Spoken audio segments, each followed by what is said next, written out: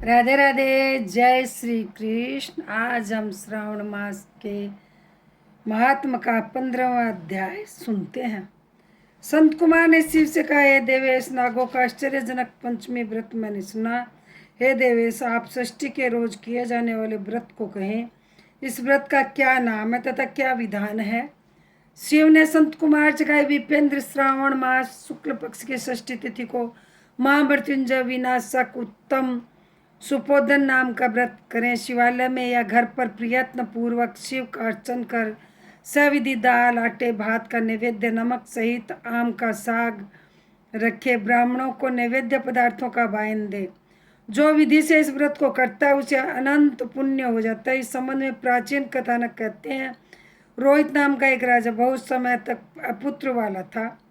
उसने पुत्रार्थ अत्यंत कठिन तप किया। तप के प्रभाव से प्रकट हो ब्रह्मा ने उससे कहा, हे राजन, तेरे भाग्य में पुत्र है नहीं। फिर भी वह पुत्र के प्रत्यार्थ कठिन तपस्या करता ही रहा। संकट में आकर ब्रह्मा फिर प्रकट हो बोले, हे राजन, तुम्हें मेरा दिया हुआ जो पुत्र होगा वह अल्पायु होगा। इस प्रश्न पर राजा और रानी ने यो निश्चय किया कि पुत्र प्राप्ति से बंध्यापन तो हट जाएगा, लोक में अपुत्र होने की निंदा तो मिट जाएगी, यही बहुत है। ब्रह्मा के वरदान से शोक और हर्ष से युक्त पुत्र हुआ। राजा ने जातकर्म आदि संस्कार यथाविधि किए। दक्षिणे नाम वाली रानी तथा राजा रोहित ने स्नेहवश उसका शिवदत्त नाम रखा। मन में डरते हुए भूमिपाल ने उस लड़के का उपनयन संस्कार किया। मृत्यु के वजह से विवाह नहीं किया। जब 16 साल का हुआ तो उसकी मृत्यु हो गई। उस ब्रह्मचारी के मरण की याद से राजा महती चिंता में हो गया, क्योंकि जिस वंश में ब्रह्मचारी का मरण होता है उस वंश का क्षय हो जाता है तथा उसकी दुर्गति हो जाती है। संत कुमार जी ने शिव से कहा, हे देव देव जगन्नाथ, क्या इसका कोई उपाय नहीं? यदि कोई उपाय हो तो मुझसे कहें, जिसे करने से दोष की शांति हो। ईश्वर ने संत कुमार से कहा, हे संत कुमार, यदि स्नातक या ब्रह्मचारी आदि हो तो अर्क विधि से विवाह संयोग कर पेड़ तथा ब्रह्मचारी को मिलाकर देश काल गोत्र नाम को कहें। यह कहें कि मैं मरे ब्रह्मचारी की शांति के लिए वैसर्गिक व्रत करता हूँ। देश काल को याद कर कहे, मैं अर्क विवाह करूँगा। सोने से अभ्युदय कर पिप्पल शाखा तथा सबको हल्दी तेल के द्वारा लेप कर पीले सूत से वेष्टिक करें।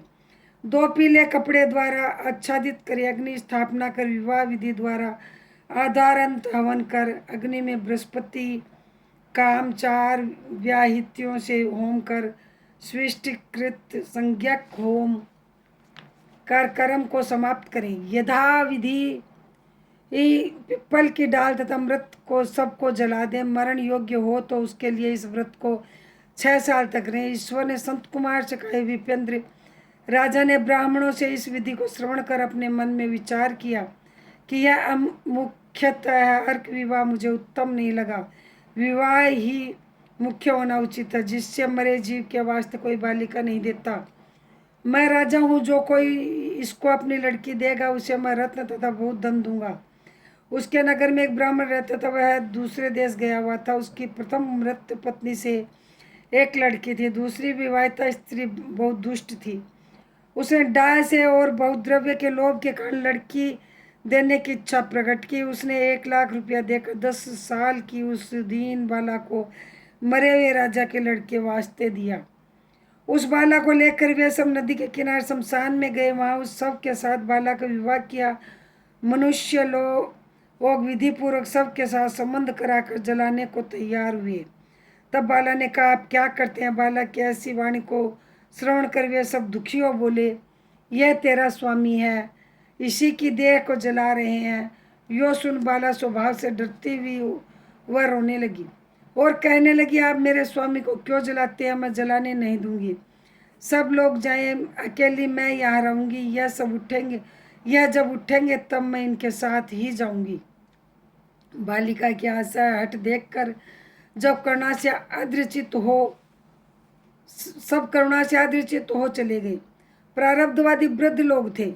उन्होंने कहा, अहो, अत्यंत कष्ट है, किसी का भावी कर्म नहीं जान सकते। दीन संरक्षक दयालु भगवान क्या करेंगे? निराश्रय वाला यह कन्या साफल्य भाव द्वारा दूसरी सौतेली माँ से बेची गई है। अतः कथाचित देव रक्षक हूँ, तभी इस बालिका को तथा इस मरे हुए राजकुमार को हमें जलाना नहीं चाहिए। यदि आप सबको हमारी बात अच्छी लगती हो तो हम यहाँ से चलें। ऐसा विचार कर सब अपने अपने घर लौट गए।